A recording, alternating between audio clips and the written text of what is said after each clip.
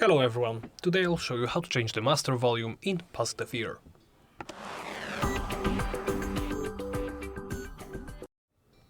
Let's begin by opening Settings. In Settings, make sure you are in the General tab. In the General tab, look for Master Volume. This controls the overall volume of the game.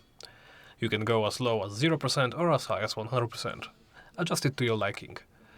Note, if I set it for example to 50%, this makes music, sound effects and voice. The final percentage is set to 50.